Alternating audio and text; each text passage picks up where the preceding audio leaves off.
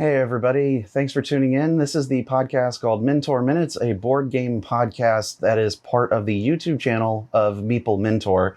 And I'm Jared. And I'm Jay. And today we have a special guest because my family picked up a new, a new friend, and her name is Stella Luna. You can see her on camera here. Sorry for all y'all that are only doing the listening portion of this podcast, but we have a 2-month-old English bulldog puppy. And she is adorable. Oh my gosh. Just adorable. She's like the cutest puppy in the world. Wrinkles and all. Oh my gosh. You guys. Super sweet. Let's see. She's kind of near the mic, so maybe you can hear her kind of like breathing. Making the baby sounds. Baby sounds. So we're excited to have her in the family. My 2 kids, girls love playing with her. And, so I just wanted to introduce her to all you guys if you wanted to learn more about our growing family. Yeah. Hi. She's smelling my hand right now, so. She's a pretty quiet one. Yeah, she's just barely making a noise. Just super chill. That's cool. But anyway, I'm going to have her go back down and, play with the girls. So we will continue our podcast according to our normally scheduled programming. Yes. So 1 second. Stay tuned. Sorry for that short break. We are back. And what is our board game topic today? Yeah, so we're going to do another top 10 list. And today's top 10 list is going to be the top 10 essential games. Games that you must have if you consider yourself a board gamer. Yeah. And obviously this is, a very subjective list, but I think that if all lists are, and but I think if you have these 10 games in your collection, I don't think you can go wrong with these 10. Fair enough. And also, this is specifically for the board gaming side of things instead of tabletop RPG or Warhammer type miniatures, battle war games, any of that stuff. D&D itself, I'm not including that. Yeah, just board games in this list. I'm just talking about traditional. Modern or what have you board games, which I feel like is most of our audience anyway. I think so. But I just wanted to state that. And of course, since it is an opinionated list, don't chew us out if your favorite game is not on our list. Yeah, and I will say one unique thing I did this time because, I was telling Jared right before we started recording, I could have made 30, a top 30 list, I think, in this category. Yeah. So typically where I do honorable mentions, a lot of mine, I'll actually have an honorable mention along with the number. Oh. So, because... so as you go, you're going to be like... As I go, I might say, okay, this is my second top honorable 10 mentions were this and this, but here's my game. And the reason I kind of did that was I found myself picking a game that was sort of almost one game per genre of games to kind of give a nice wide spread of games. Sure. And so when I was doing that, I was thinking, why did I pick this one over these other one or two? And so I'll kind of go into that a little bit as I do my list as well. As you should when you're picking a list. Yeah. Some of mine, I've obviously this is very personal, but I try to encompass games that you can play with both. Well, since we're talking about 10 of them, I wanted some at least that you could say, I can play this with anybody so that you have them in your collection. And some that are, like kind of a quintessential experience that people should have. And then maybe like the best Euro or that sort of thing, or just maybe some that are really popular that everyone might have.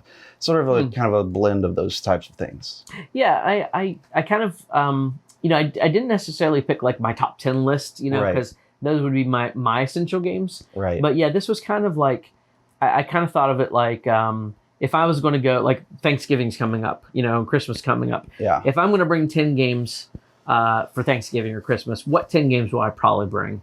And so my list will probably tend to be a little bit on the lighter side, but I also tried to think of games that I felt were very universal. Like anybody will like these games. See, that's where this is going to be a little different then, because only some of the games I put on are with that in mind. Yeah. So and I kind of have a couple that I think would be more like, some people may not like that sort of genre or style game, but it was in my mind it was like, if you're going to get this kind of a game, this is the one I would get. So it'll be interesting. I think it'll be an interesting list. I'm really excited to get into this, and I do have a couple of those honorable mentions, but I'm going to save mine to the end. Sure. Yeah, and I think I let's see. So what do you think about crossovers? You know, given the way that we're discussing how we pick these and knowing that you have a lot more preference or even experience with the lighter and family weight games, we may not have any crossovers. Yeah, I'm going to say we're at least going to have one, but maybe two. I'm going to say maybe one two. At the most. Okay. All right. Let's see. Yeah. All right. Cool. Well, let's get into it. Number 10. Number 10 for me is a very small box game, one that is easily transportable, one that you can just put in your pocket and play anywhere with a large number of people. I believe this plays up to maybe 8 people. It's a little card game. It's a bluffing game that most people tend to enjoy, or even if they're not gamers, they'll get it and they'll be down for the concept. It's called Cockroach Poker. Yeah, great pick. And it's just a pretty simple bluffing game, but it's very fun and always a ton of laughs.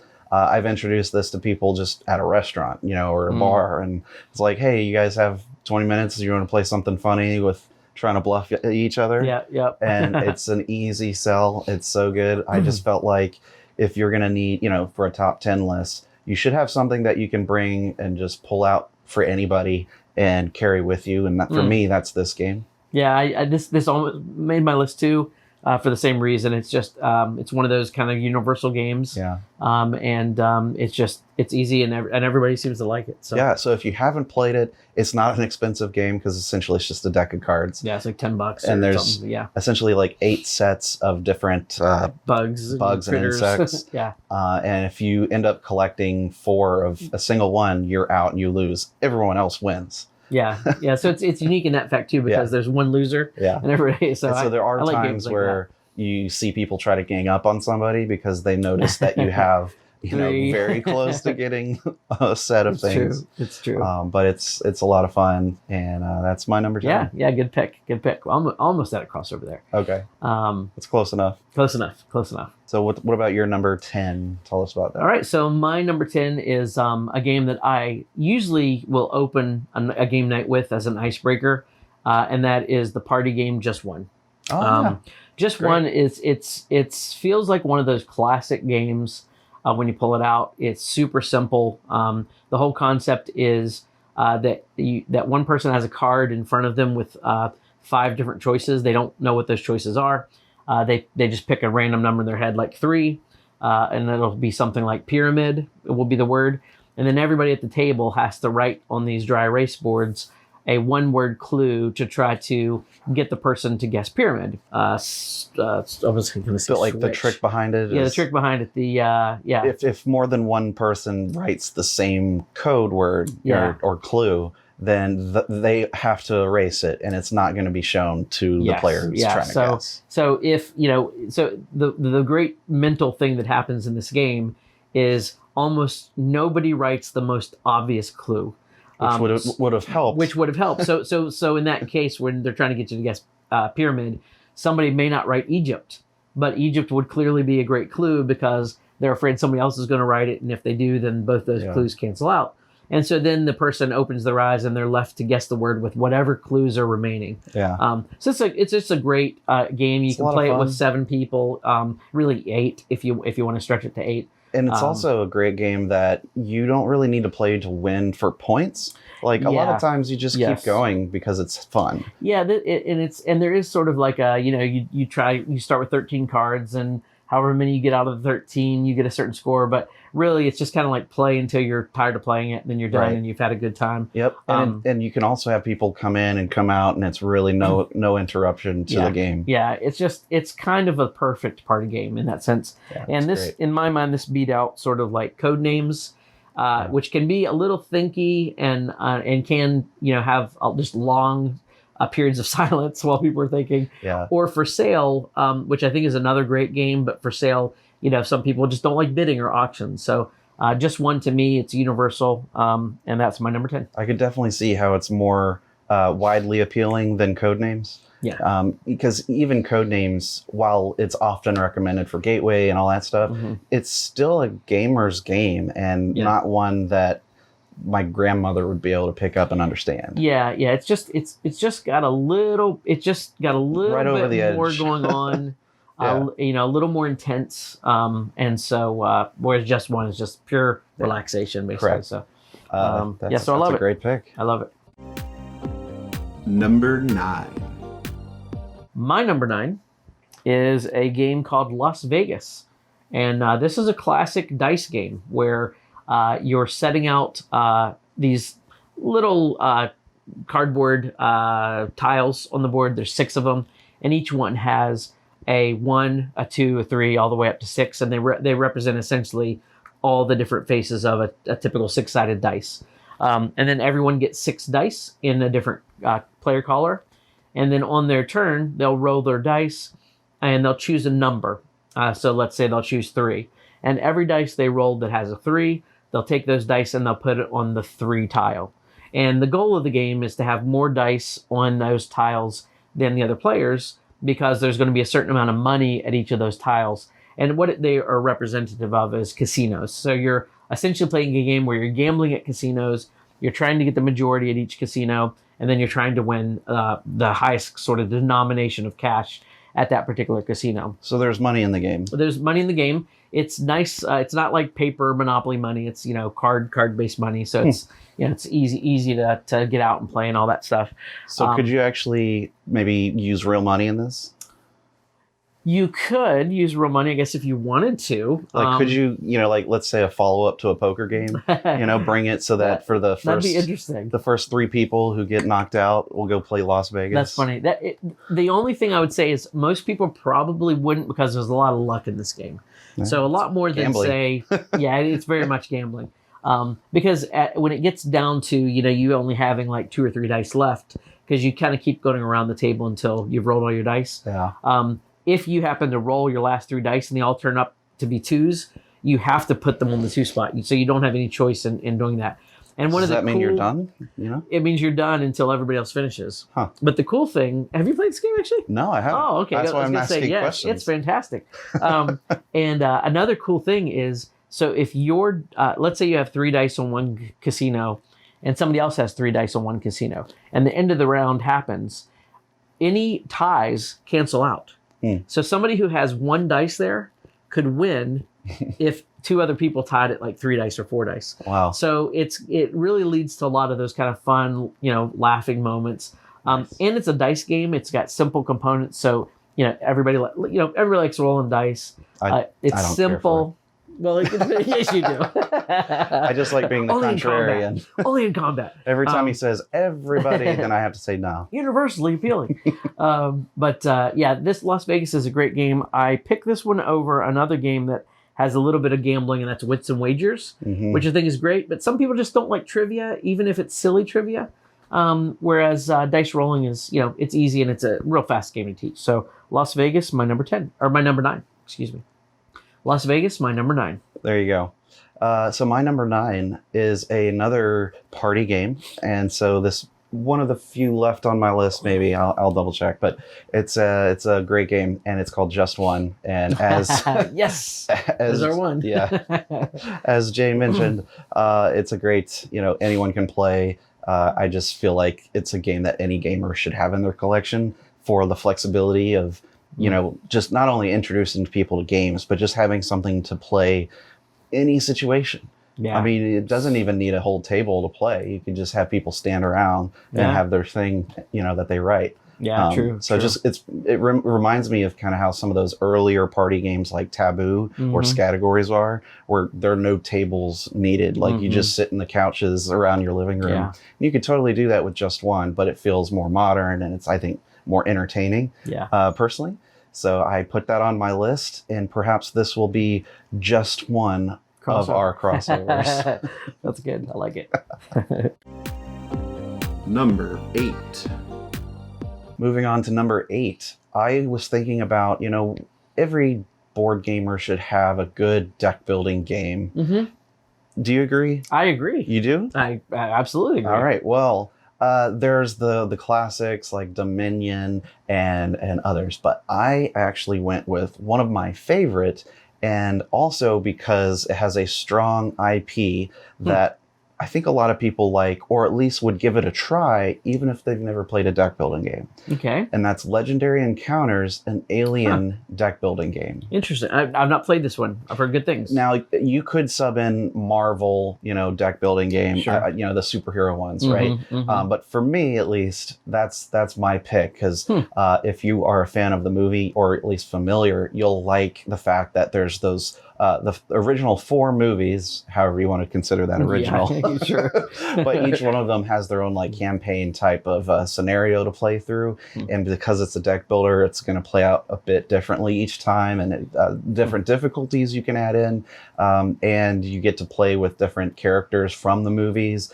and you're building up, like the Sergeant card is kind of like that standard one that you can always get, but then certain specialized cards are based on the other like main characters for the game. So I guess the Sergeant is weird because it's in only the Aliens movie, but I guess for that card, it's going to go for all 4 of them. Oh, okay. But yeah. But even though you're playing the campaigns, there's like always at least, I think, 3 different in-game goals and options, and there's usually like a middle and an end objective. And so at first you only have that one objective, and then after you complete that, you can flip over and find the next objective. And then if you complete that, you see the final and stuff like that. And is this a cooperative game as well? Okay. This is a fully cooperative game. So you're trying to knock out the aliens as they come out from the alien deck. But what's interesting with this game is they come out off the deck face down onto their like 6 location like entry path, and as they slowly slide off, then they're automatically revealed and become a threat. That's interesting. Yeah. But so you have to spend like attack points to even reveal them, depending on where they are in that area, and then once they're revealed, you're allowed to attack them. There are cards that actually benefit you to reveal them while they're still up there, and if you didn't reveal them and they just come out, it's a surprise attack and they get bonuses. So there's a lot of incentive to just reveal as much as you can, right, even if it's the last one about to be pushed off. One example is Newt in Aliens. So she's the girl who Ripley is trying to save, and she gets kidnapped by the alien and stuff like that. Well, she's a card that can come out of the alien deck. Oh yeah. And you have to reveal it to be able to rescue her. That's cool. And if you don't, then she goes away. Okay. That's cool. And it's kind of like 4 campaigns that represent the 4 movies, original movies. Yeah. Right. It sounds fun. I'll definitely need to try this one. It's fun. I've played it so many times. You can do it solo, which I've done a lot because I just enjoy playing. I enjoy the artwork and all that too. So. Yeah, I like it. And like you said, the IP will definitely draw people in too. Exactly. So, good pick. My number 8 is a game you've probably never heard of, I'm going to guess. Oh. And so I was thinking of one of my favorite genres, which is roll and write games or flip and write games. And this is one, it's called Kokoro Avenue of the Kodama. Have you heard of this one? I'm familiar with like Kodama game and Kodama 3D and so it's in that universe. Okay. But same designers? Or? It's not the same designer. The original game, which you can still find too, is called Avenue, and they redid it with the Kodama theme, and they kind of increased the number of players and some special abilities and things like that. So it's kind of like a deluxe version of the original game in a way, but with a different theme. And what this is it's a flip and write game where you have a grid and you have a bunch of different like grapes and like different types of fruit on the board. And then you have these different farms that are scattered throughout the board as well. And so in this version, you have like flowers and, another type of the thing that's on the board.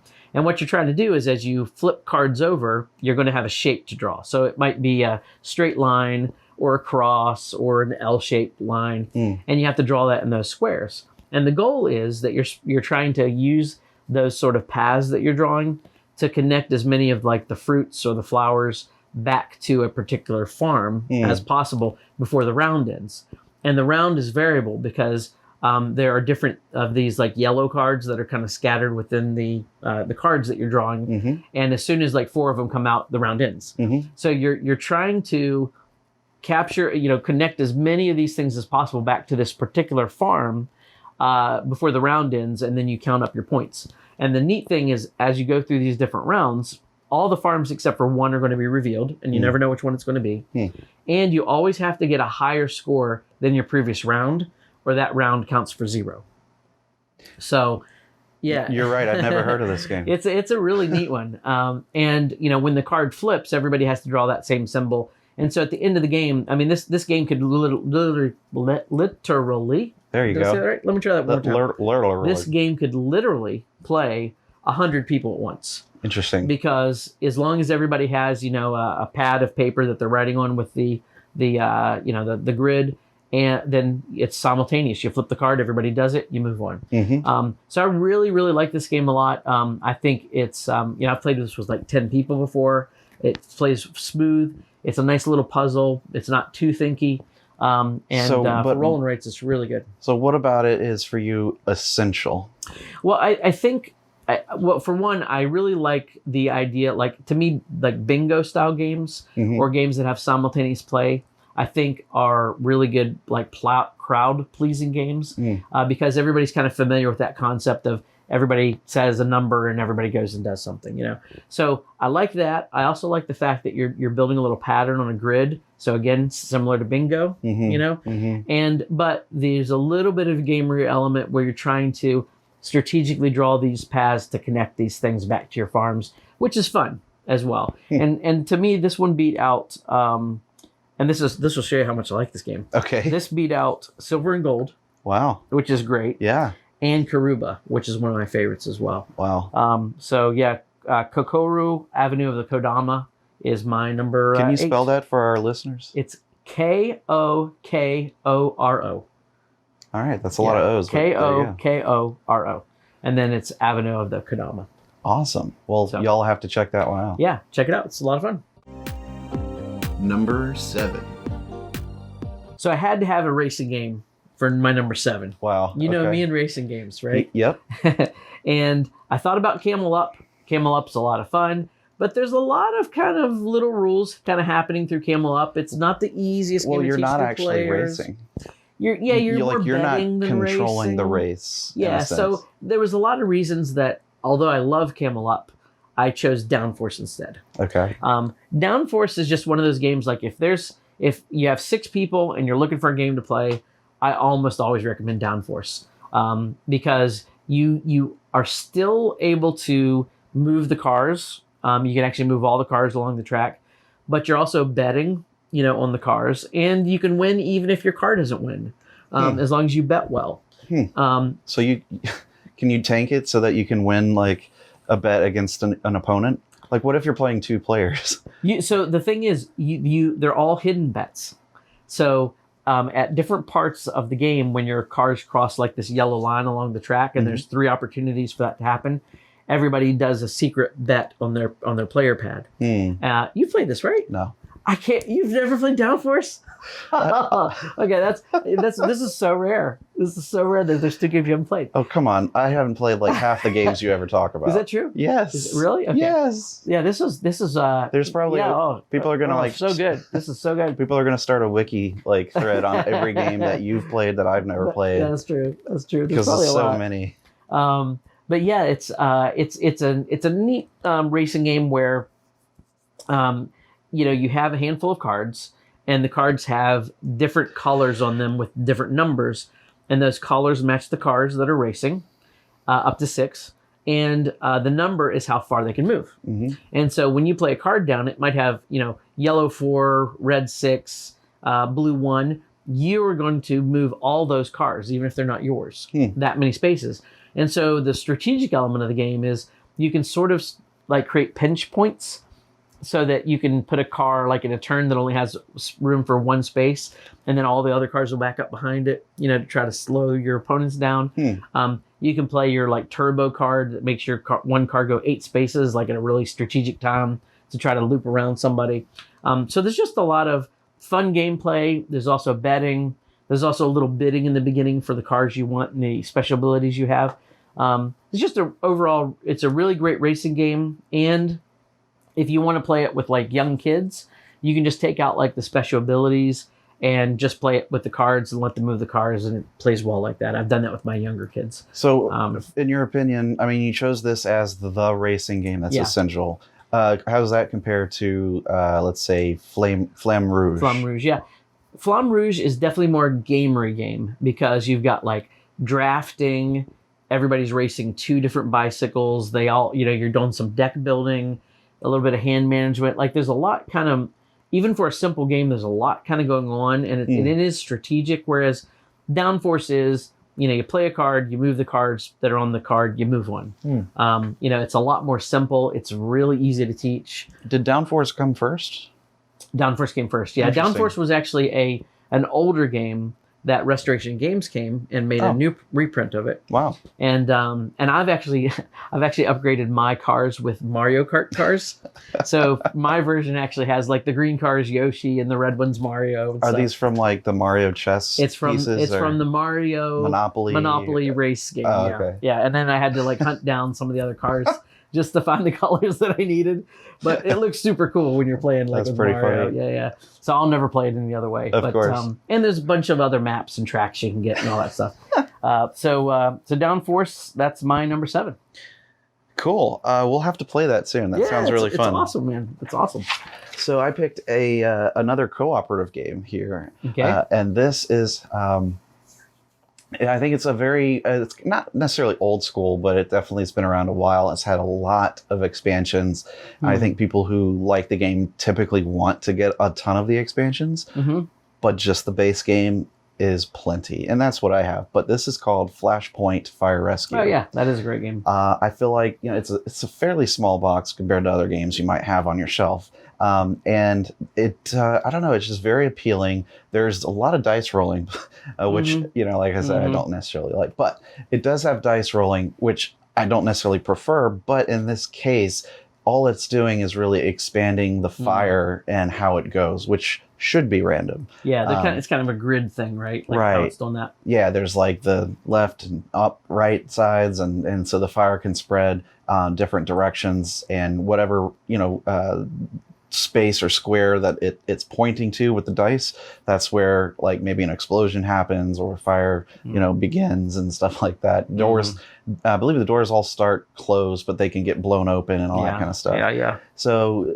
players are working together with their firemen's special abilities to try to rescue as many people as they can before the building collapses. Now, if the building collapses, meaning that you've basically blown up too many doors or like broken the walls, because there's the walls for the rooms and those can get broken, and so you collect like tokens that basically count as damage. And if you get too much damage, and everyone loses. But if you can rescue enough people, and you have to take the people not only outside, but you have to get them to the ambulance. That's so right, yeah. You can control the ambulance. You can even control the fire truck, which can, has like the water jet on top to like completely douse a whole area, which is often like required to really stay on top of it. The fire can spread so quickly in this game. Yeah. So it's not long that you feel like, oh, like we've spent so much time and what a waste. Like it's short enough that after you're done, you're like, oh, I feel like we got so close. Let's just play it one more time. It's one of those games. You're around the table and you're like, man, if maybe next time I use this guy to start, we might have a better chance. And, you start over here, we start over there, that kind of thing. And so you just kind of keep playing over and over. I feel like for me, it's an essential game. Just a lot of people, non-gamers, are more unfamiliar with cooperative games in general. And this one is more accessible than even a deck builder because deck building itself is pretty foreign. But looking at a board, looking at the grid spaces, they understand your pieces, how they would move. Yep. And they understand the concept of rolling and placing fire. And it's random. So again, all of this kind of makes sense to like non-gamers thematically. And so every rule and gameplay mechanism is pretty easily understood. Even when you add expansions, like each extra rule is not complicated in any way.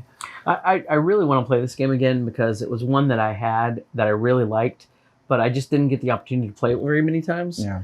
So I ultimately got rid of it only because I wasn't playing it. But a shame. it's one of the games I regret getting rid of, actually. Yeah.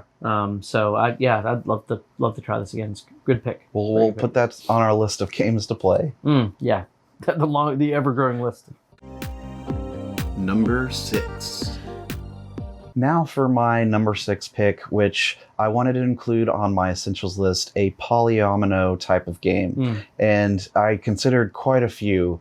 And this is sort of also going to show where the kinds of games I prefer line up. And so a lot of mine coming up are going to be more gamer centric, because I felt like I fully, at least so far, represented all gamers or new gamers. So now you're going to start seeing some more strategic.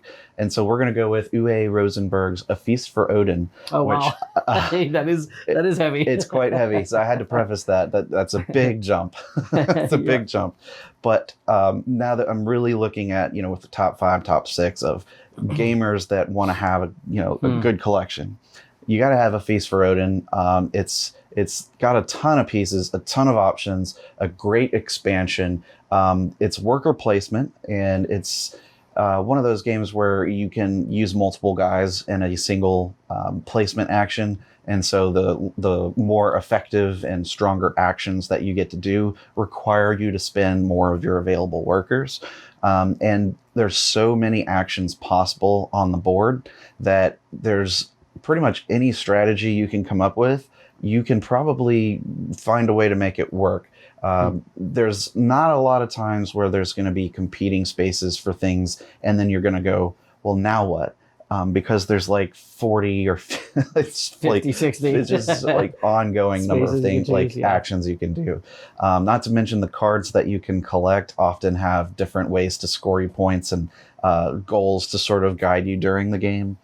And as far as polyomino, it's a great example of what can be done with, tile placement of pieces with varying shapes and covering up things for either bonuses or, especially with this game, covering up the negative points. Because when you start, if you've never seen the board, the whole grid that everybody has is just like chocked full of -1 points all over the place.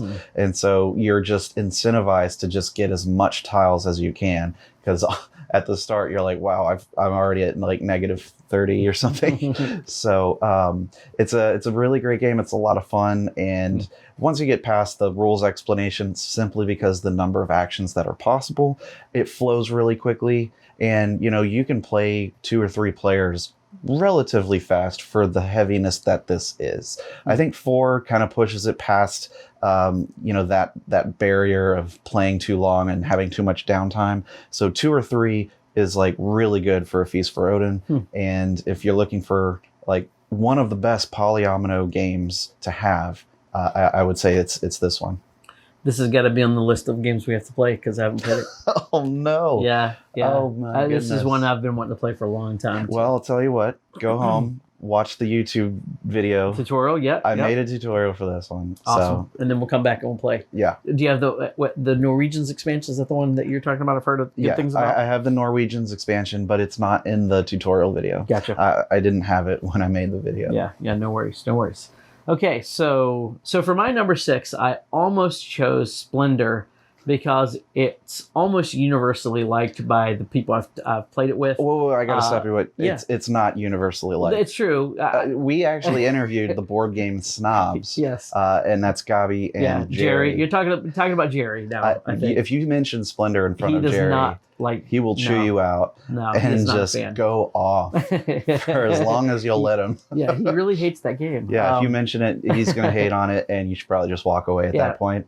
And it's funny because this game was on my list of games that are not good for me, or what do we call it? The games we don't like? The ones that are you consider to be a good game, but you don't like it. Yeah. So Splendor's just one of those that I think it's a good game, but it's been overplayed for me. It's not my favorite.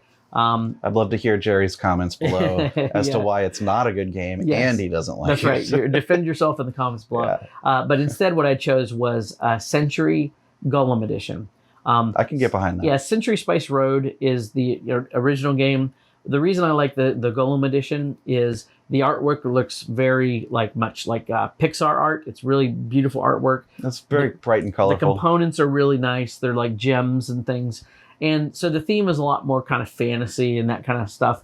Whereas the other game is, you're trading spices in the Mediterranean. So it's a little more gamery, maybe that kind of theme. But Definitely more Euro-y. Yeah. So, and what I love about this game is it's so simple to teach. You're either playing a card, you're picking a card, you're picking your cards up, or you're buying like a building, or a market. Well, you're exchanging to get like a point card. Yeah. Basically. So when you play the cards are either going to get you spices or gems, or they're going to let you upgrade the gems that you have. And you're really just trying to match the gems that you have in your personal supply with these markets that are on sale, or in the Golem game, these golems. And that match those amount of gems, and you turn those gems in for those cards. But you are limited to carrying capacity. Yeah, it's like 10, I think, on your card. Yeah. But it's very flexible. Like if you were to take 12 gems in, you choose which ones to give back. So it's very forgiving. 12 gems. You take 12 gems at one time? No, sorry. like if you were to take, say, 4 gems, then that would put you at 12. Okay. You must, return 2 of them. Let's be clear. Because if I'm not that comborific. someone plays it for the first time expecting to get 12 gems, what am I doing wrong? You're definitely not getting 12. No. Although I guess in a way you could, if you did one of those like actions we can do it 3 times or something. But anyway, I'm getting off track. My goodness. But it's a simple game to play. It's an easy concept. It's kind of a way to teach engine building in a very kind of non-threatening way. Mm-hmm. This does that. It does, yeah. And it's fast. It plays in like 30, 45 minutes. Even with 5 players. Usually never goes that long, or over an hour. So for me, it's just one of those. It's a card-based game. I just think it's an easy game to teach people, and I love it. And that's why it made my number 6. I do like this game a lot. And I probably won't get rid of it. So I guess that means it's essential. Yeah, I don't see this one ever really leaving my collection either. So that's cool. I agree with that. Yep. Number 5. My number 5 is also a deck building game. So I had one of these on my list as well. Okay. So you agree? I mean, everybody needs to have at least one. I just really think it's for people who have not played a lot of tabletop games or modern tabletop games. Deck building is such kind of an innovative concept that it's great to introduce this to new players. And it's really changed the way games are designed in a lot of ways. In a lot of ways. I mean, there's so many games that use this either as a primary or a secondary mechanism. Mm-hmm. I was thinking of the classic Dominion. Still great. I don't think you can go wrong with Dominion. I also like Quest for El Dorado, which has a little racing element in it too. It's a lighter it's a little deck lighter. builder. But the one I chose because it's probably my favorite is Clank. Nice. I really like Clank. It's a game of, you're all these sort of, thieves that are sneaking into the bottom of this castle, trying to find these artifacts and escaping before you get killed by the dragon. Yep. But the cool thing about the game, and I think why it's appealing even to new players, even though it's got some strategy going on, is the board looks like almost a traditional board game where you have little characters and you're moving them to different spaces. But the way you're moving them is you're not rolling dice to move the characters. You're actually playing cards. And the cards will have like boots, and that's how many spaces you can move your character. They'll also have swords, and so you can use those swords to attack monsters. Does the cards have boots and cats? Boots and cats and boots and cats and boots and cats. Sorry. Yeah, Puss in Boots. Yeah, there is I think a mock like Shrek based Puss in Boots. Boots and cats.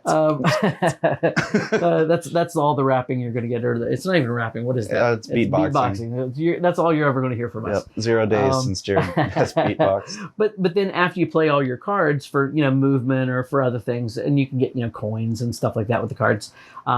You can then use the buying power of the cards to upgrade your deck of cards to buy more from the market.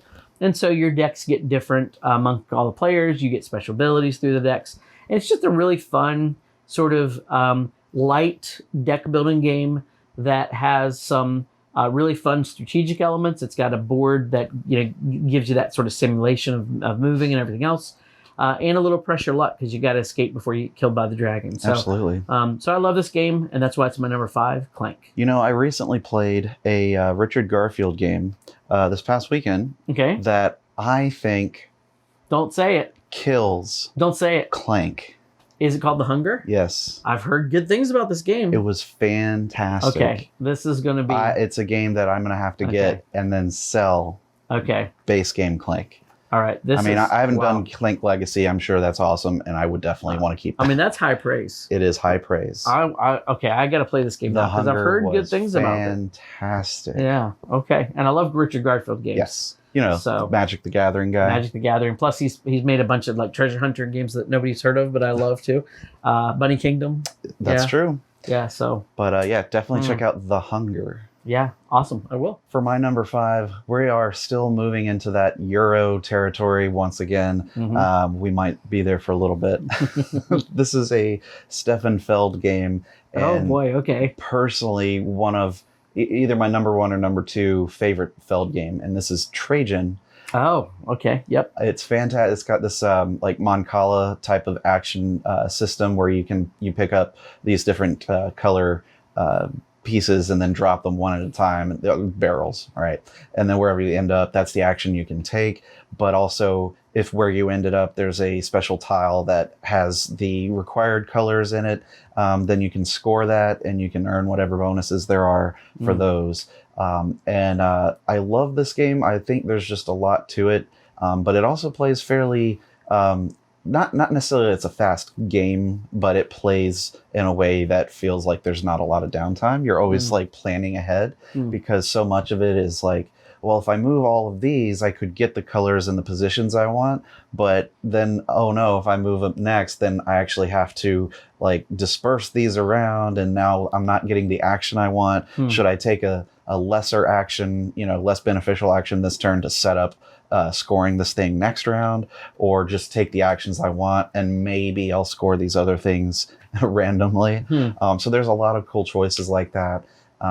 The board is, I don't know, the artwork is a little bit more faded style, but I think it works for what it's going for. And, there is something to be said about not having a too complicated looking board, and having something that is visually appealing or just more functional. And that's also really cool. There's a lot of ways to score points, as is common with a Stefan Feld game, and a lot of competition with various areas of the board that you can participate in with those actions. And so there's a lot of flexibility in how you want to approach the game, how you want to try to win. And it's just I think a classic Euro that I think anybody who plays board games and has a Euro game should have Trajan. Yeah. So this is one I haven't played. Oh boy. Yep. This goes on the list. Oh boy. I'm seeing it right over there too on your shelf, and I'm thinking, I've been wanting to play that one too. It's bright and shiny. It's ready to play. Yeah. So I have to try. It's probably no good with 2, I'm guessing, but who knows? We could probably make it work. So Trajan. All right. The other Stefan Feld game that I also think is like his best, and this is like I kind of back and forth. Is it Castles or is it heavier like Bonfire? Bonfire. Okay, I love Bonfire. I think Bonfire is definitely like my 1 or 2, but I'm giving it to Trajan right now. Yeah, I like Castles a lot too. I need to play Castles a lot more. Yeah. I have played that one quite a bit. Yeah. See, I haven't absorbed it enough to make a. I think it's almost like I've played it so much that I kind of prefer the novelty of some of his other ones. Maybe. Yeah, I get that. So I put that as my number 3. I got it. Number 4. Moving on to number 4. This is a great cooperative game. And it's a bit heavier than the other cooperatives that I've mentioned. Okay. But I think this is one that just gamers need to have. In fact, I know a lot of people who, and I don't necessarily consider like big into games, but this is one of those games they have and they love and may not know much about other games. Are you confused? I was going to say Pandemic, maybe? Mansions of Madness, 2nd edition. It's a great game. It's fantastic. It is a great game. I've seen people, like I said, who only have this game and they heard about it or were shown it and they're like, this is amazing. the app integration, Yeah. the music that's added, the narration, the art, and how the board develops, getting to explore. It almost feels like those older computer game exploration experiences Yeah, from like Choose Your Own Adventure. yeah, or whatever. from like Yeah. decades ago. And I feel like that it relates a lot to people. And of course, the horror type setting, regardless of Lovecraft, I feel like just the setting of like a haunted mansion kind of Yeah. that's the sort of thing I think really connects with people. And so it's a game that gamers can enjoy, and you can fully expand with like multiple expansions. But even if you're not a heavy gamer or someone who plays all the time, you can gift this to people who aren't gamers, and they're going to love it. And I think the rules are simple enough that the app basically directs you how to play this game.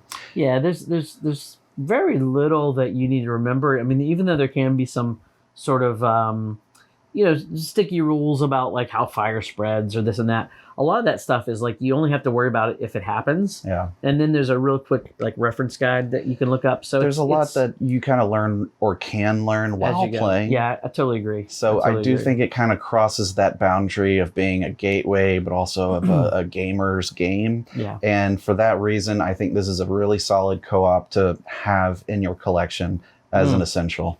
I like the pick a lot. I think the only thing would be if somebody didn't like the horror genre, then this might not be a game for them. Yeah. But most people are going to like this game. Yeah, especially because it's cooperative. Yeah. Anything that's horror that is cooperative is easier to get people on board. Sure. Sure. And even the alien deck building game, obviously, I guess, it shows that I like horror as a genre. Yeah. Thriller type stuff. Yeah. Right. No, I like the pick. I like the pick a lot. And that was your number 4. Yeah. My number 4 is a game that has like a hidden traitor. It also has some deduction in it. And a lot of people, when they think of this genre, they automatically think about like werewolf. And I don't like werewolf, but it can kind of, has player elimination and things like that. That can kind of be a downer for some people. Are you going to go old school here? Not too old school. I'm also not going to go Resistance, which is another one I think that's also great. Right. I'm going to go with Deception, Murder in Hong Kong. Okay. I almost put this on the list. It's such a good game, and this is one, and it plays up to 10 players, which is great. Yeah. And you can make this simple or complex. You can have other roles as well, sort of like werewolf. But one person at the table is a murderer. It invokes the theme of like Clue. Mm-hmm. So people have different, essentially like evidence in front of them that are on these cards. So like 4 evidence cards, and then four sort of means of murder card. But there's no game board. There's no game board. Well, not in the traditional sense. Not in the traditional sense, yeah. So everybody has that in front of them, and then one person is going to be the forensic scientist. And the forensic scientist is going to reveal information to all the other players, but completely silently. They're going to use these little tokens that are shaped like bullets and put the bullet on these boards that give them some direction to go in. So the forensic scientist is the only one at the table who actually knows who the murderer is, but they can't indicate who it is. So they're trying to use these clues like, cause of death. It could be, choking or strangulation, or it could be the setting was an office place. And so as people are getting these clues, the other players are looking around at the evidence and the murder weapons in front of all the other players and trying to connect what the forensic scientist is saying. Like every player with those murder weapons, other than the investigator or whatever, is a suspect. Yeah. And so you're always... And there's one murderer, of course. Who knows who they are? They're all suspects. Even the murderer's a suspect. Yeah. That's right. So the murderer obviously... But there's only one murderer. But like you said, everyone's got the same exact layout in front of them. 4 evident murder weapons and 4... and evidence, basically. They call them like means of murder and something else. But they're basically clues and murder weapons. And it's fun because some people who don't like to be that hidden role, they don't like being put on the spot. The cool thing is in this game they're kind of hiding in plain sight, and they can make guesses just like all the other players can to try to sort of steer people away from them and cast suspicion on somebody else at the table. And you basically play 3 rounds, and then every detective has a chance, or investigator has a chance to try to identify the murderer. But in order to do that, they have to identify the exact means of murder and the murder weapon. So it's just a ton of fun. It has kind of a party feel to it, but also that sort of werewolfy feel as well. And it's just always been a hit every time I played it. It's not too complicated. It is one that you could bring out pretty easily, especially in a large group. Yeah. One thing that I really like too is that when the player who's giving clues, they can do it at their own pace, and sometimes as they're listening to this conversation and people arguing over what it could be, and that strategically of like when to give a new clue is totally based on when they think it's appropriate to hopefully guide them to the right that's a great point, because most of this game is kind of played above the table, and it's a very interactive game that gets everybody talking, everybody discussing. Just really feels like one of those whodunits, when you're all in the room together at the end of the movie. I love this one, Detective Murder in Hong Kong. And there's some expansions for it as well, but the base game is great. And there's plenty of content in that to replay over and over and over. Tons of replayability, tons of cards. So it's a great I love pick. it. Yeah. I love this one. Number 3. So my number 3 is a cooperative game. Okay. So I felt like the same thing. I really think cooperative games are great because, especially for players who have not played a lot of modern board games, this is one where they don't have to be in competition with somebody else. They don't have to feel like they've had to have mastered the game to play it. And the classic that a lot of people go with is Pandemic. But Pandemic has one of those quarterback problems where if somebody really knows the game well, they can just kind of tell everybody what to do, and it's no fun for everybody. Or they're just really good at games. Yeah. Or they're just awesome. They just like know what's the best answer. But for me, because of the theme and because I think this one lets each player have a little bit more agency, I went with Horrified. Interesting. Horrified's a game you can get at Target. There's actually 2 versions. One of them is the Universal Monsters theme. So you're playing cooperatively against, Frankenstein or Dracula or the Mummy or, it's Creature from the Black monster. Lagoons. Yeah. It's Frankenstein's monster. You're right. And the Bride. Right. I think it's those. Yeah. But Frankenstein's the doctor. It's the Come monster. on. But everybody. I'm the horror guy. Yeah. Let's be specific. Yeah. I knew it's Mary Shelley. I knew that. But and then the new one that just came out, which I like better just because of the theme, is American Monsters, and so you have like Bigfoot, and Ted Bundy. Not fictitious monsters. Jersey Devil. Okay. Banshee of the Badlands. Bigfoot. What was the one? There's some other Mothman. Stuff like that. This is just it's a simple cooperative game. Cookie Monster. Does have Cookie Monster. No cookie for you. No cookie for me. Nom. But you if you want a standard game, you play against 2 different monsters. Yeah. And if you want a harder game, you play against 3 different monsters. Is that the same with the American version? Exactly the same. Okay. Exactly the same. So, and both of the games have the same mechanisms. The American Monsters takes place in like an any town, USA, Springfield. Yeah, it could be Springfield. And you're moving characters around, which are investigators. They each have a special ability, and you can collect different tokens, which could be used as like weapons and items and things like that you'll use to ultimately defeat the monsters. But each monster has its own sort of unique thing that's going on. Like one of them is you're going around finding footprints of Bigfoot to put together a photograph of him. And once you've got the whole photograph, which is the classic image of Bigfoot, then you can go actually capture him. That's funny. Yeah, so and each monster is super unique in the way that you defeat them. There's also townspeople that'll show up in different parts of the board, and they need to get from one place to another. So you can escort them and get points for that without them getting, killed. Can I ask if you are recommending the American Monsters version or the Universal Monsters version? Either one of these games you're fine with. I would recommend either one of them. I prefer the American Monsters just because I like that better than the Universal Monsters theme. But the games are pretty much identical. Okay. Yeah, it's just a matter of theming, really. So. And you can get defeated if the horror track goes up too high because you get attacked too many times, or certain objectives, don't happen in a certain amount of time. Or you let the monsters attack the townspeople. Yeah, or if they attack the townspeople, it'll go up. So Nom, nom, nom, nom. there's all it's just fun. It's not horrific. It's just fun, campy sort of style game.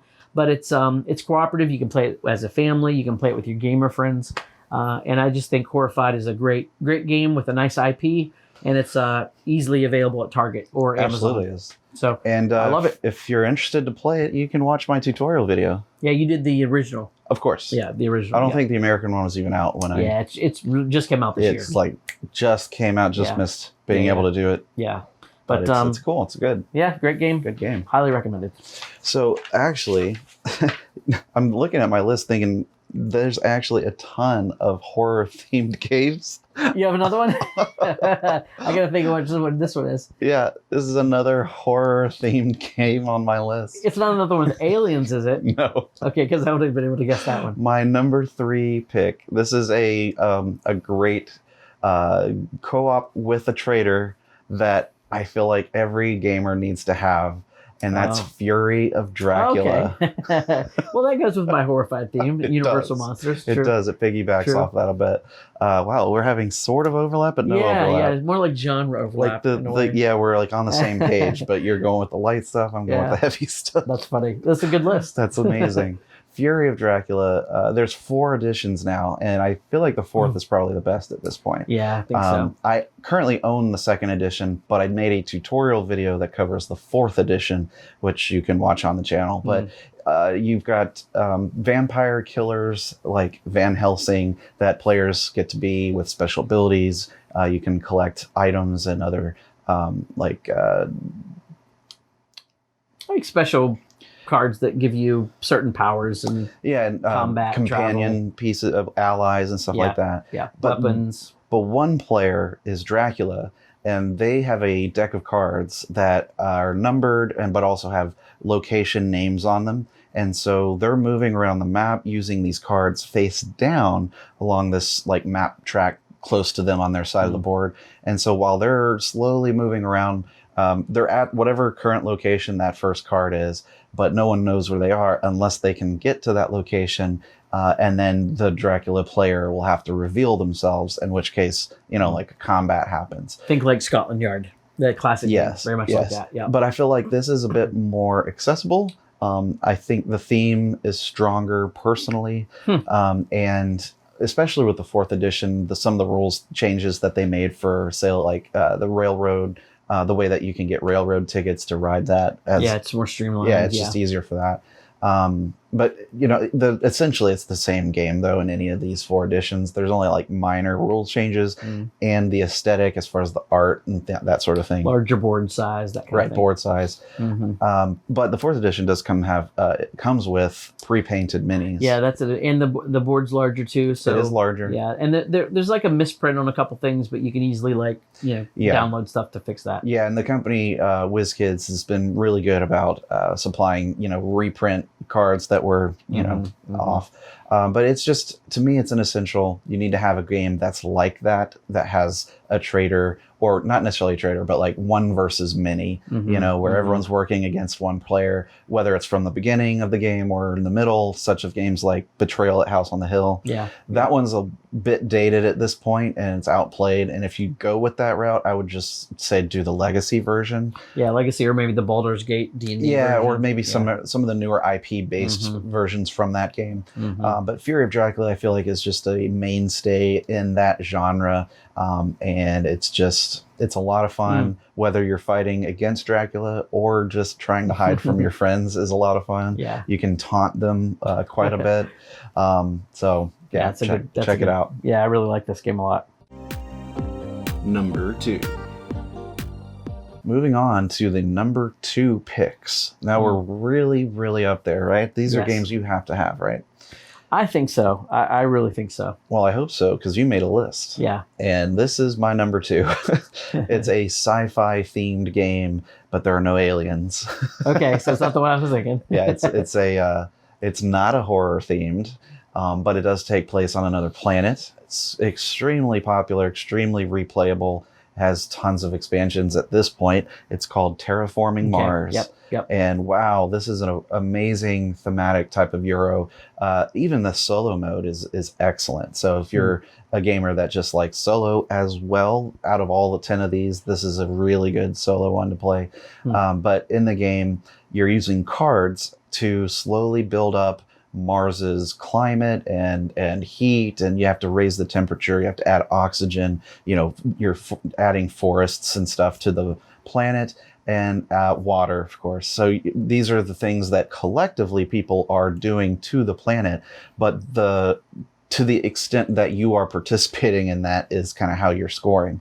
And the cards that you play is really what the game is about, and how you can combine and benefit by growing your engine of how much money you're getting, how much metal you're getting, how much wood you're getting, all that stuff, the production. And so the types of cards you're getting, whether it's for production or if it's for like an immediate type bonus, or things that immediately let you do one of those three main adjustments to Mars.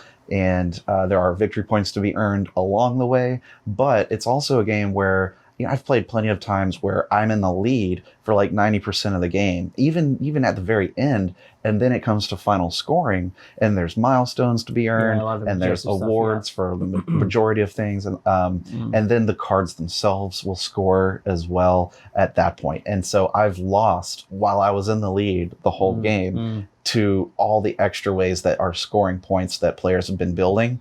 It's hard to sort of keep track of what everyone's specifically doing. It's probably a good thing throughout the game, and that's almost too much to think of. Because you're taking the cards that are given to you and you draft, and then you buy, with the money that you have, the currency, to keep the cards just in your hand in the first place. Then, during your turn, you can try to pay to play the card. So it's very difficult, and you have to have a pretty good strategy early on to sort of focus a little bit, to really max out the amount of points that you can do. I'm not the best at that by far, but I do enjoy this, and certainly millions of other people do as well. It's in the top 10 BGG. I think it is, as far as I can remember. Maybe it's number 4 or 5 at this point. It's up there, Let me know in the comments and we'll look it up. But it's gotten so much support both from the fans and from the publishers and the designer, that it's just, if you have gamers over, they're going to say, hey, do you have Terraforming Mars? We'll just play that. And, like, everyone already knows it, for instance. Yeah, I this is one of those kind of evergreen games that I think I can see people still playing this 10 years from now. Yeah. They pretty much have since it started. Yeah. I can't remember the exact release year, but its popularity has not waned I'd say all. it's at least 4 or 5 years old. Yeah. At least. Exactly. So, and if you haven't played it, really do yourself a favor and play this game. Yeah, it is good. It is good. I need to play this one again, too. I've only actually played this once. So, yeah. It gets better the more you play it. Yeah, I'm sure it does. And I've never played any expansions either, which I heard are fantastic. So. Yeah, I've played with most of them at this point. Maybe save one or so. But yeah, it's excellent. And all the expansions, maybe minus Venus, wasn't as impressed. Yeah. My number 2 is a very classic feeling game in a way. This is also going to be a party style game. I was thinking of putting Boulder Dash on the list, which is a really classic game. Very classic. Because Boulder Dash is one of those games where, it's one of those games that I've laughed almost harder than I've laughed at almost any other game because you're making up definitions and things like that. It is fun. But there's some pieces that can kind of break it a little bit. So what I went with was another game that kind of gave me that same feel that's hilarious, that I think just gets everybody laughing, and that's Telestrations. Wow. And Telestrations is a game that you'll find on a lot of even sort of non-gamer shelves. But my parents have a copy of this. Yeah, it's I didn't even tell them about it. Yeah, it's a very much a sort of a mainstream type game that you'll see at a lot of shops, like Walmart's will have these and things like that. Yeah. And it's like the classic game of telephone where you're whispering something in somebody's ear, and then they whisper in somebody else's ear, and it gets all the way around, and it's completely different than the original thing. But in this case, you're drawing. And what I love about the game is that you're not only drawing, but you don't have to draw well. And in fact, if you don't draw well, it's funnier. It's a lot more fun because the way the game works is everybody has this sort of like flip Flipboard. I don't know what those are called. Yeah, no, it's a flipboard. It's like a notepad, but with it's with dry erase. dry erase flipboard. And they'll have there'll be a word like, a giraffe or like, or sometimes like a sentence. yeah, like, jumping in the pool or something. Yeah. And Usually then- it's something that you could probably draw. Yeah, something you can draw. So the first person will draw the image on another piece of paper or another piece of the whiteboard, and then they'll pass that. Then the person they pass it to only sees the image, and so then they have to write what they think it is on the next page. And so they might write something that looks like, man swimming in the lake. And then they'll pass that, and then the next person has to draw what was just written. And it goes around. I mean, there's like 6-player versions of this, 8-player, 12-player versions. But once it all gets back to you, that's when the game ends. And then everybody goes through and they just flip through the books and they show all the hilarious drawings. And you hardly ever end where you started. Mhm. And some of the drawings can just be laugh out loud, roll on the floor type moments of the games. So Telestrations is one where it gives you that kind of classic, like Pictionary type feel. But there's a lot of simultaneous play Yeah, here. but Everyone's always in everybody's participation. involved. It's fast. It's hilarious. And you never play for points. You just play the game until you're sick You of could it. bring this pretty much anywhere where there's a group of people trying to connect or become, Yeah. somewhat close, or just like getting to know people. Totally. This is a great game for that. Yeah, I just think Like it's icebreakers. yeah, it's just one of those ones that I will never get rid of. It always goes over well, and I've never had anybody not have a good time with this game. So here's a suggestion for you. If you like this game but you want to make it a little more crazy, Mm-hmm. play the same game, but instead give everyone a Cards Against Humanity card. Oh, that would be horrible. that would be. I'm sure somebody's done that before. Actually, I think they have a Telestrations like After Dark or something. I mean, if someone gave you Cards Against Humanity, or you have it because it's like a very popular, like crude party game, just combine it with Telestrations. Yeah, that's not. Yeah, It's gonna be keep the great. kids away. I'm sure. Adults only. But yeah, although sometimes it can devolve into that. To be honest, if you're not, It can even without that's the true. cards. That is true. But this is great. I really like this game, and that's what had to be up that high, number 2. Cool. Honorable mentions. Let's talk quickly here about the honorable mentions for this top 10 list. Didn't quite make it on, but man, we really considered putting them on. Yeah. I have 4 to mention, in addition to some of the ones that he talked about that I also really strongly agree with. But I wrote down, first of all, Mechs versus Minions. Yeah. Believe it or not, Love it's it. just such Yeah. a amazing co-op that you can do like a campaign with, and it's simple enough rule set wise that it's not too difficult to get into, but the presentation, the value for the price, like it's like a $75 game, but you get so much content Yeah. and pre-painted figures that you can use for your pieces. It's just fantastic. Yeah, It's just, there's no reason not to have it. The Isle of Cats, that was another polyomino style I was thinking game. about this one. I was really strongly considering adding it, but I think I decided that something more classic is probably more essential. This is more of a recommendation to play, but not necessarily, you don't have to have it. I don't know. It was a small distinction. Yeah, I get that.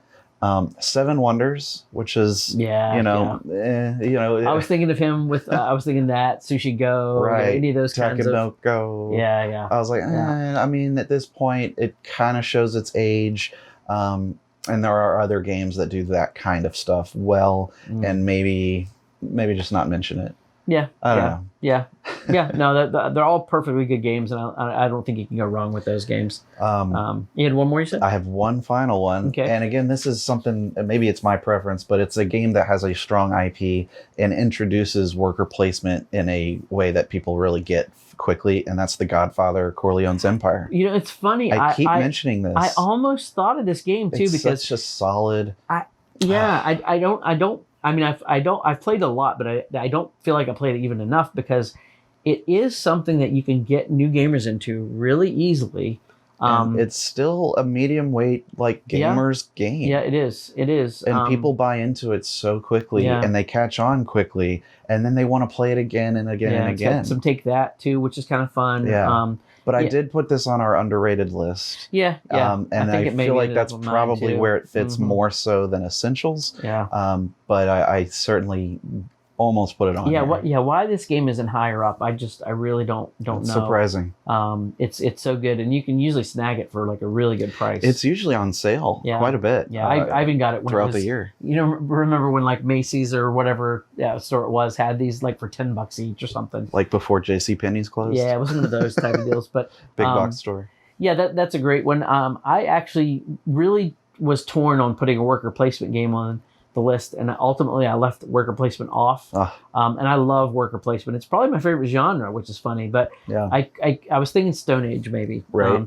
But the only one that didn't make my list on my honorable mentions, as far as one I knew I wouldn't put on, was because it was 2-player only, and that's Lost Cities. Yeah. I think if you play 2 players at all, this game belongs in your collection. It to me is one of the best 2-player games. It's very classic, very just building up sets of cards and collecting sets of cards. But just the tension you get out of this deck of cards, and that tug of war type mechanism that was designed by. That's like a $20 game. Yeah, $20 game. I saw it at a toy artwork. store in the mall the other day. Yeah, it's got awesome artwork. It's just a great game. I love it. It's my wife's favorite game too. We play it. Nice. And so when it comes to 2-player games, this is one of the best ones I think you can buy. Lost Cities. Very cool. And that's it for honorable mentions for me. Cool. Well, let's go on and talk about Number what everyone one. wants to hear. Yeah, this would be interesting if this was our crossover too. Take your bets now. Yeah. Number 1. Okay, my number 1 essential game, which I believe should belong in everyone's collection, and that is Ticket to Ride Europe. Okay. And the reason I picked Ticket to Ride Europe is it's got all the goodness of Ticket to Ride, but it has a couple extra things added in that I think are great. And you don't even have to use them if you don't want to. One of them is in classic Ticket to Ride, which has the American map, North America map. No, it's the U.S. It's just the U.S. It's just the U.S. You can block people off, cut off their routes and things like that, which is fine. That can be tough. That can be devastating to somebody playing that game. Whereas Europe has these little connection stations. Yep, train stations. Yeah, they're like little train stations. You have 3 of them you can use if you want to in the game, and it lets you just use somebody else's trains to connect to your own. So if there's a road that's closed off, you can still get to where you need to go. Yeah. So that's a little more forgiving. I really like that. There's also a tunnel system that has a little bit of pressure luck. So if you're going through a tunnel, you're not really sure how long it's going to be. And so you have to have prepare for that tunnel based on the cards in your hand, and then you have to flip some from the top of the deck. Just little tiny tweaks. Yeah. Plus, I really like the European map better. That I think make this superior to just regular Ticket to Ride. Sure.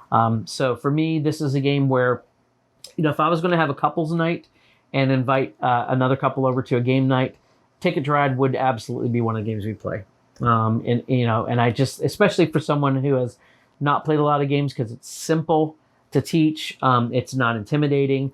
Everybody loves putting the little train routes together on the board. Yeah. And I've played this recently, and it just sort of, refreshed in me the fact that, man, Ticket to Ride is such a great game. Yeah. Well done, well made. Yeah, and I had not played it in a while, and I played it, and I just said, boy, I neglect it because it's so popular, and yet it's popular for a reason. It's like a game you kind of took for granted for a while. Yeah. Replay it, and you're like, wow, there's a reason this is really popular. Yeah, and I actually ended up splurging on that collector's edition of Europe. Yeah, they reprinted.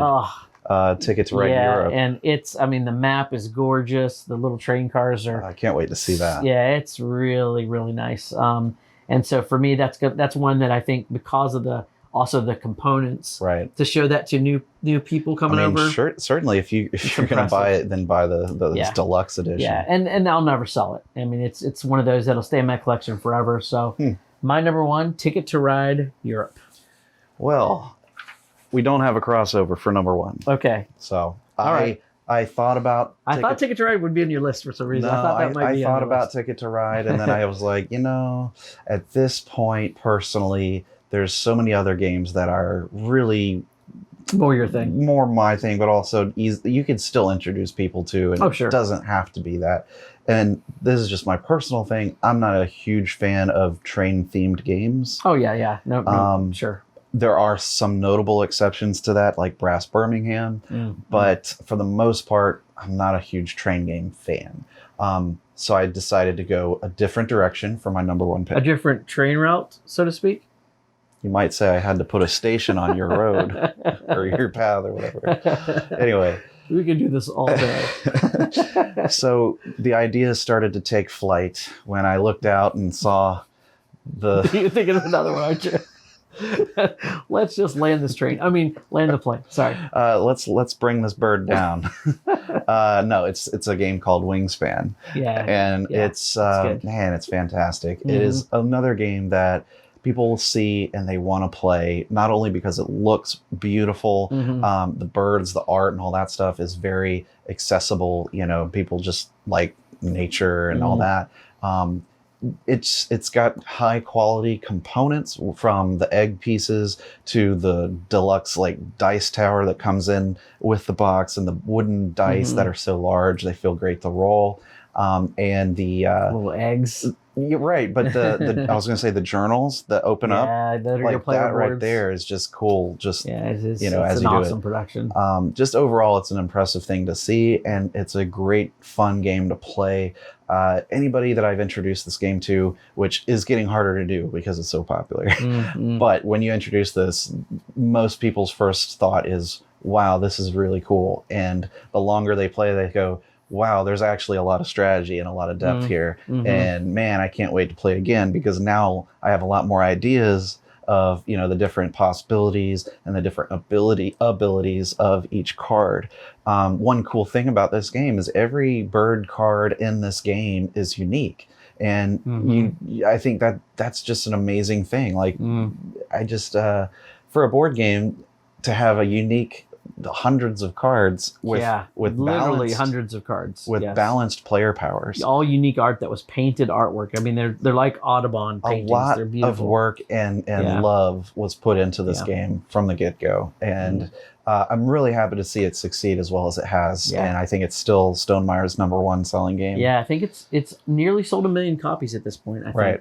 And it won the Game of the Year too in German Game of the Year award. And a lot of times when you see a game that has so much popularity up front, there's the question of how long will this last? And Wingspan has definitely kicked that aside. It's going to be here for a long it's proven time. itself to be an evergreen game, just like Terraforming Mars is. Yeah. But I think this is even more accessible than Terraforming Mars. It's not as heavy, and it's the theme wise, I think people appreciate just on a surface level easier than the sci-fi aspect. Not everyone's into that sort of thing. This it's talking about it makes me feel like I want it on my list too. If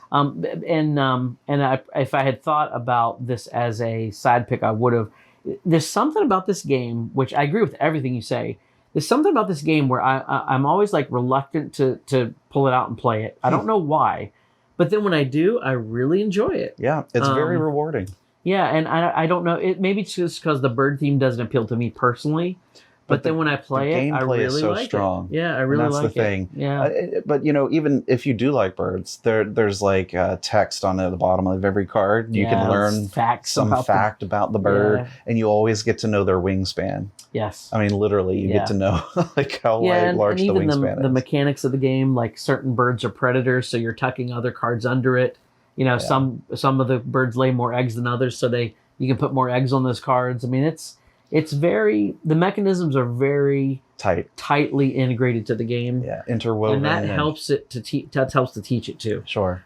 Which is because it is a pretty easy game to teach for a game that I would say is definitely a medium weight Euro. Yeah. In every way. It's medium, but it definitely pushes you towards the heavy the more you play, because of the amount of strategy that you can apply to this. If you lots see of combos. Yeah, if you see some players who really know this game, it's a really impressive thing to see how they score so many points. Yeah. Yeah, I've not gotten that point. And don't neglect the eggs Yeah, at the end of the exactly. game. I've gotten beat so many times by not having a lot of eggs. Those final scoring eggs, man. But and there's a couple expansions. I actually have one of the expansions I've not played yet. Okay. But I've heard both of them are really good too. Right. So, I have the first one, the European expansion. That's the one I have. I don't have the Australian one yet. And in fact, this was one of the very first videos on my YouTube channel. Was a tutorial. A tutorial for Wingspan, and then about 6 months later, the first expansion came out. Oh, that's cool. And then I made a tutorial for that one. I just couldn't. Yeah, that was amazing. Yeah, check it out. Yeah, so check those out on the YouTube channel if you want to know more. And about it has solo as well. Yes, the Automa Factory. Yep, so. And of course, I mean, any Stonemeyer game has solo mode now. Yeah. They all do now. It's true. Well, I mean, I think among these, really, we only had one overlap. And I think among these games, you really can't. I think just one was the only overlap. That's what I thought. And when we were talking about overlap, I said really that is probably the only one on my list. Yeah. Maybe Wingspan. I was thinking Ticket to Ride. Yeah. So so if you go out and get any one of these 19 games or even any of our honorable mention games. There's about 30 games there that would make up an awesome collection. That is a great starting collection of games and very respectable. I mean, any board game hobbyist, if that's your collection, they'll say, wow. That's a great start. I really don't think you're getting any shade for any of those games, to be honest. But again, these are just our opinions, and it's a top 10 list that we've come up with separately. And as you see, even separately, there's at least one crossover. Yeah. I would love to hear more about what you think as our listeners. I do appreciate you for listening, and it's awesome to have new people joining with the podcast. Yeah, more people checking out the YouTube channel. I do appreciate that. It's been a lot of fun. I was at a recent convention and having a few people recognize me or saying, "Hey, you're the Meeple Mentor." I mean, that was very thoughtful. So thanks, guys. But thanks for sticking around and tuning in with us. We've been doing this podcast as part of the channel, but just the podcast for about a year. About a year, and just over. Yeah, just over a year, and for nearly half of it, we've been part of the Gateway Network too, I think. And so, if you've not checked them out recently, they've got a lot of awesome content creators that are doing a lot of neat things in the board game space as well. So, shout out to the Gateway Network. Kind of like a collaboration website hub to try to find new and upcoming creators that are, at board game, even board game adjacent.